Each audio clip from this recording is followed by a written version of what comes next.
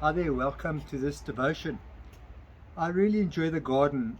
Up there behind me in the fishtail palm, the purple crested taraka's nest, and in the bush just below it we have some yellow-eyed canaries that are nesting.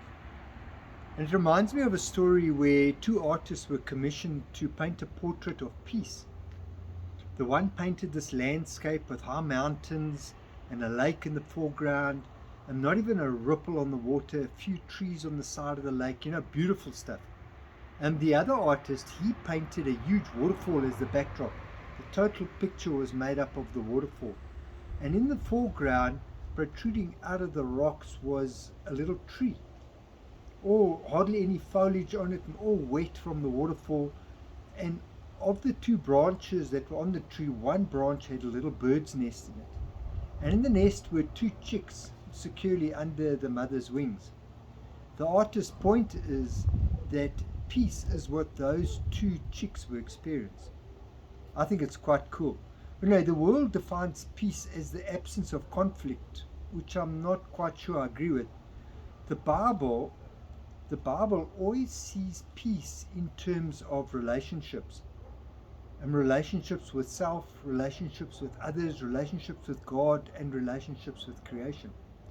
And the Hebrew word that we come across for peace in the Old Testament is shalom. But shalom is so much more than peace. This word shalom appears 236 times in the Old Testament alone. And the Bible, my NIV Bible, translates the word shalom into 70 different English words. Words like peace, welfare, well-being, safety, wholeness, completeness, and all these words, they form part of this one word that we understand as shalom. In John chapter 14, John the author recalls that Jesus was telling his 12 disciples, just before he was arrested, he was telling them that he was going to leave them. And of course the guys were bemused, so they peppered him with questions. Where are we going? How are we going to find you again? And just show us the Father, just show us God, and we'll believe. And the question was like, why are you showing us who you are, and you're not showing the rest of the world who you are? And Jesus answered each question and tackled them head on. But all the questions, he realized there was an elephant in the room, and then after he answered them, he answered the elephant in the room. What now? Now what?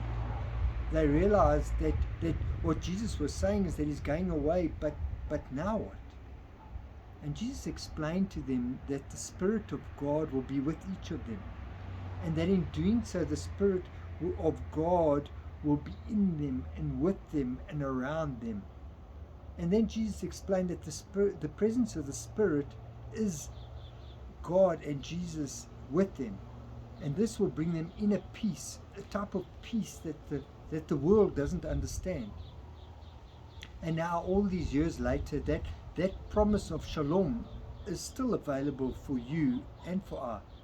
That peace where we can grow in love of God, where we can grow in the love of others, where we can grow in our love for selves, where we can grow in our love for creation.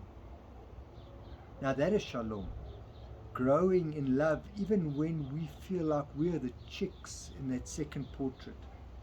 So may the God of shalom give you shalom by the presence of the Spirit, and may you grow in love of God, in love of others, in love of self, and love of creation every day. Till we meet again, God bless.